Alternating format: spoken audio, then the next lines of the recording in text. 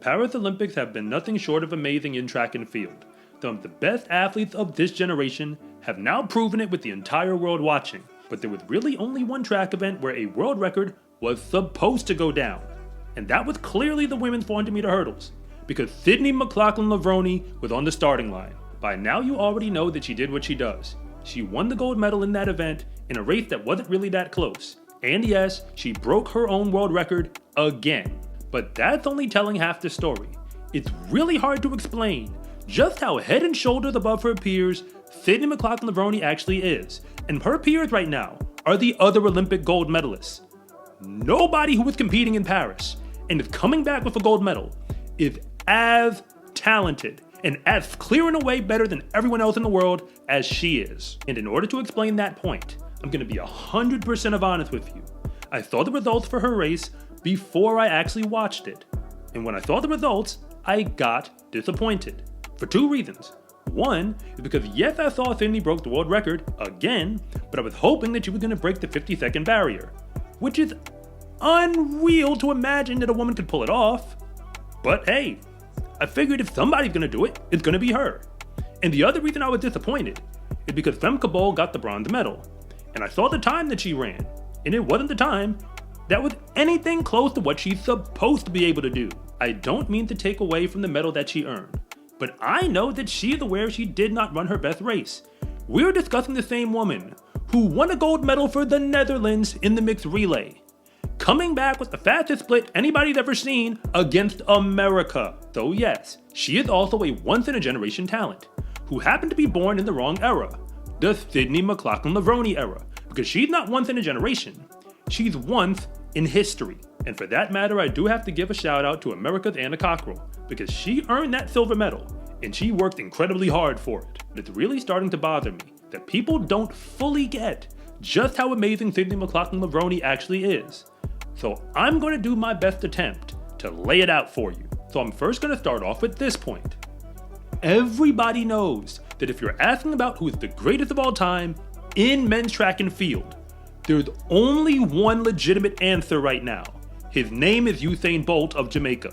He won the Olympics in his events 3 times in a row and broke 2 world records while he was there. If you want to count up all the times that he technically broke the world record, even if he broke his own world record, you're going to be counting 5 individual world record performances. Sydney McLaughlin-Levrone has only won 2 gold medals at the Olympics so far, and she only has chosen to contest 1 event at that level. Notice I said chosen to do it, because she can do other events. And if you were to count up all of her world record performances to this point, including moments when she breaks her own world record, you would already have 6 times that she has pulled it off. To put it all in perspective, I looked at the women's results for the 400-meter dash. I'm talking about the open 400-meter dash without hurdles. Looking at the semi-final round, Sydney McLaughlin-Levrone would have placed in 9th position. That's running a race with hurdles.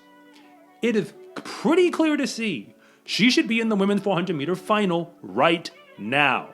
If you simply decided to just throw her in lane 9 for the 400 final, the day after she just broke the world record in the 400 hurdles, I am confident she's coming out of that race at least with a bronze medal. The truth without any Photoshop is that the only reason Sydney McLaughlin-Levrone doesn't get more attention as an athlete is because she chooses to compete in the 400 hurdles. If she were in the sprinting events, you would see her face a whole lot more. It's really that simple. But if you're new here, I want to say thank you for even making it this far into the video. And I'm Coach Rob, the founder of SCArecruiting.com, where I rank the best track and field recruits across the entire nation.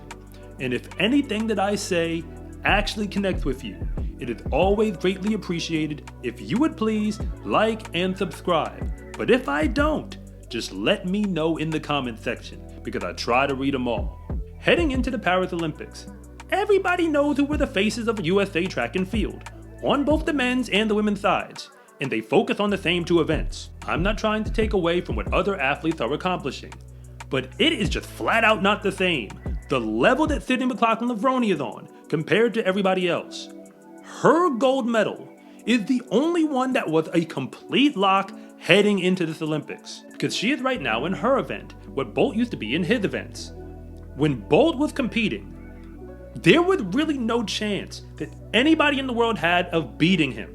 We were used to watching him run away from the field and make it look like it wasn't all that hard. It didn't really matter which round he was in. He wasn't finishing in second, he wasn't coming through at the line to beat you. The only time that happened is when he was at the end of his career and still just a little bit better than everybody else. It's because of his level of dominance that it's incredibly hard right now for us to watch other men run 9.79 seconds to win a gold medal and feel like they're not underachieving. To be clear, what Usain Bolt did to the short sprints is he literally blew up the event because he broke the curve. And now we're struggling to realize that there's a limit on what humans can actually do. He went all the way to that limit, and everybody else is trying to get there. In the 400 hurdles, Sydney just won her event by almost a second and a half. And I broke down the math on this, so you're just gonna have to take my word for it. Usain Bolt's margin of victory, if he took his world record performance and dropped it into this Olympics, would be by almost 2.1% on the rest of the field. But what Sydney just did is gap the field by nearly 2.9. That means her world record is even more dominant than what Bolt did.